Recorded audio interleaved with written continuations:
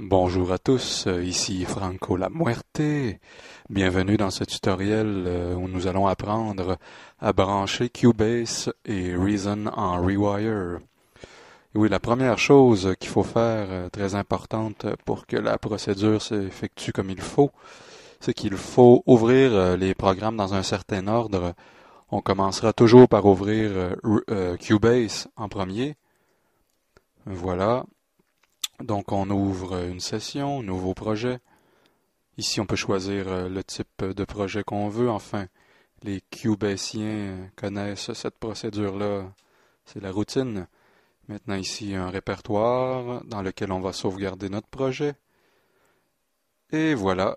Et à partir de maintenant, on peut ouvrir Reason sans problème. Et voilà, je fais vite.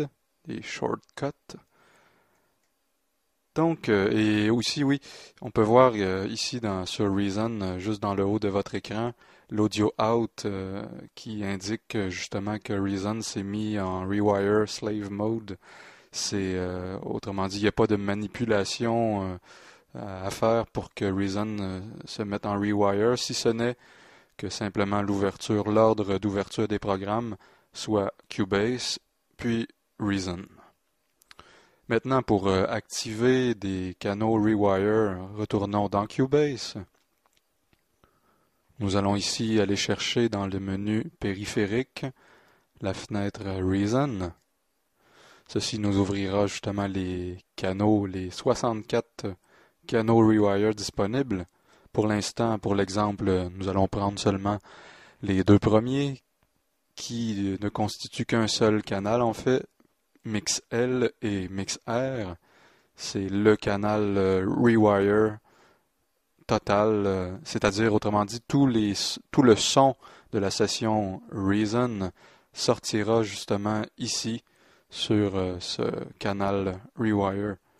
Et si on retourne dans Reason en retournant le rack, en pesant sur Tab, on peut justement voir dans le haut de l'écran ici que les deux premiers canaux ici, 1 et 2, servent justement de canal général de sortie audio mix stéréo de la session Reason.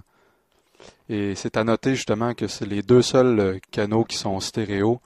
Tous les autres canaux Rewire, ici les 62 autres, vous pouvez voir dans le haut de l'écran, sont des canaux mono. Et maintenant, voyons justement en appliquant un son en branchant un subtractor par exemple. Donc voilà. Et jouons quelques notes. Donc on voit bien le gain du subtractor qui entre sur le mixeur de Reason. Bon, ça c'est pas surprenant. Mais maintenant, voyons voir qu'est-ce qui se passe dans Cubase. Et voilà, le son entre aussi dans Cubase sur la sortie générale Mix L et Mix R, oui. Et si on ajoute un autre appareil, par exemple un Maelstrom ici, et qu'on joue quelques notes avec son onde sinusoïdale par défaut, on voit que ça marche. Et si on retourne dans Cubase, c'est bien encore là. Nous avons le gain du Maelstrom qui rentre là. Donc, ce canal-là, Mixel et Mixer, vous servira pour faire sortir le son général de votre session Reason ici sur un seul canal dans Cubase, ici.